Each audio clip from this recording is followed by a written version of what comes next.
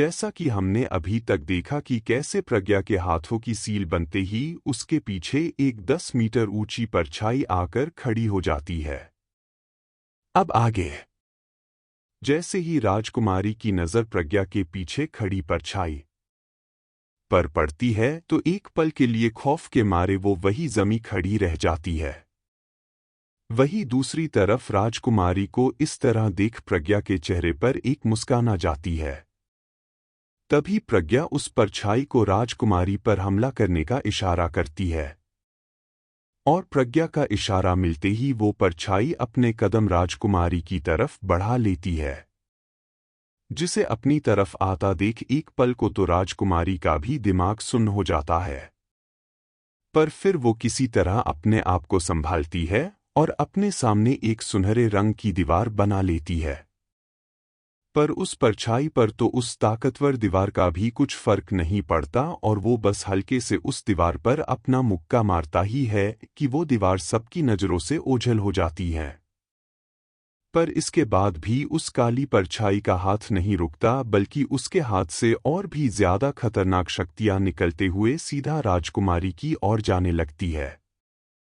उस मुक्के को राजकुमारी की तरफ बढ़ता देख वीआईपी कुर्सियों पर बैठा नीरज खड़ा होकर उसे रोकने जा ही रहा था कि तभी उसे अभय रोक लेता है। अरे कहाँ चले वाइस चांसलर साहब, मुकाबला तो खत्म होने दीजिए। वही दूसरी और वो मुक्का बड़ी ही तेजी से राजकुमारी की तरफ जाने लगता है। यहां तक कि जैसे जैसे वो मुक्का आगे बढ़ रहा था वैसे वैसे आसपास की कुदरती शक्तियां भी डर के मारे उससे दूर भाग रही थी। इसी बीच एक धड़ाम की आवाज से पूरा स्टेडियम दहल जाता है और उसी पल सबकी आंखें बंद हो जाती है, क्योंकि कोई भी राजकुमारी को उस हालत में नहीं देखना चाहता था।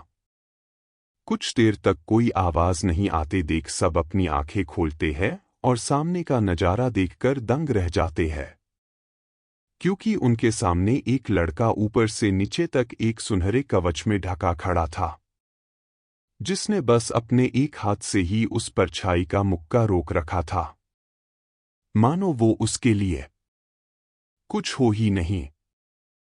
वही ये नज़ारा देखकर सभी लोगों का मुंह खुला रह जाता है। तभी वो सुनहरे कवच में ढका इंसान हल्के से उस परछाई को पीछे की ओर ढकेलता है, जिसकी वजह से वो परछाई काफी दूर जाकर गिरती है। वही उस लड़के के हल्के से धक्के से उस परछाई को इतनी दूर गिरता देख पूरे स्टेडियम में मिस्टीरियस वॉरियर के नाम की गूंज उठ जाती है। हम मिस्टीरियस वॉरियर बुरा नहीं है। कवच के अंदर आर्यन उस नाम को सुनकर सोचता है। अभी वो ये सब सोच ही रहा था कि तभी उसकी नजर सामने की ओर पड़ती है। अरे ये दोनों तो एक हो रहे हैं।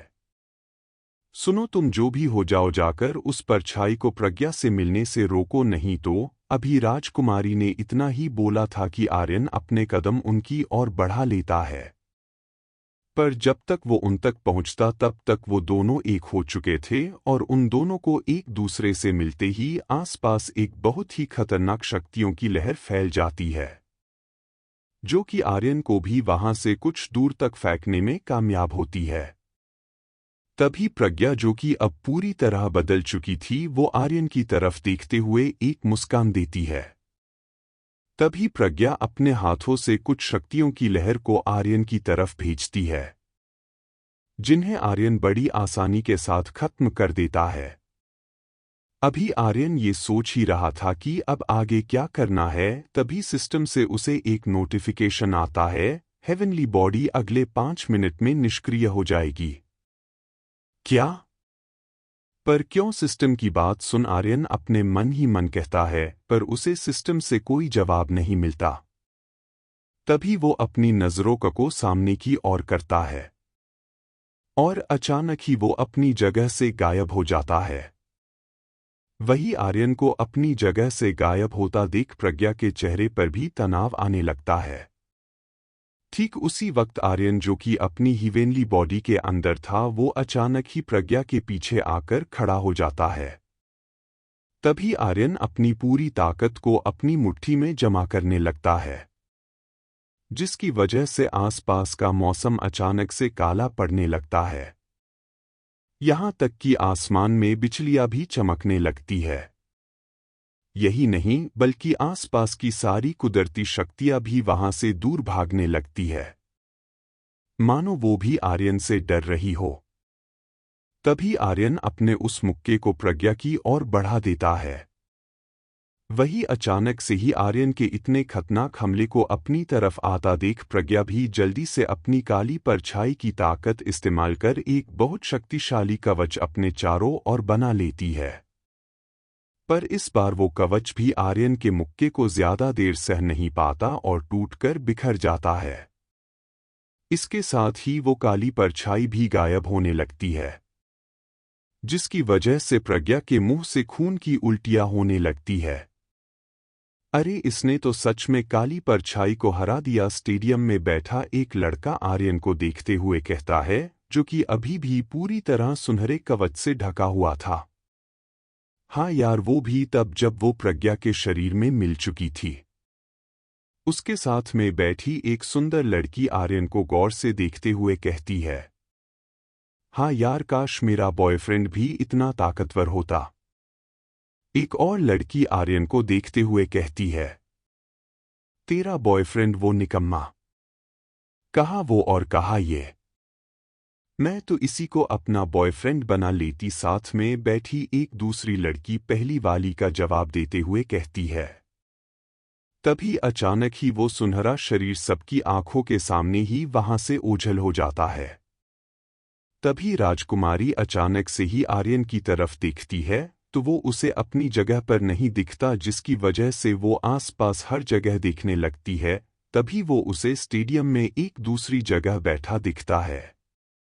तभी राजकुमारी आर्यन को देखते हुए मन ही मन कहती है, ना जाने क्यों पर वो आदमी मुझे तुम जैसा लग रहा था। स्वराज ग्रह से काफी दूर एक दूसरे ही सौमंडल में एक बूढ़ा आदमी जो दखने में एक साधु लग रहा था, अचानक ही अपनी आंखें खोलकर कहता है, वो आ गया। त्रिकाल तेरा काल आ गया। ऐसा बोलकर वो आदमी जोर जोर से हंसने लगता है। तो आखिर कौन है ये आदमी और किस त्रिकाल की बात कर रहा है ये आदमी?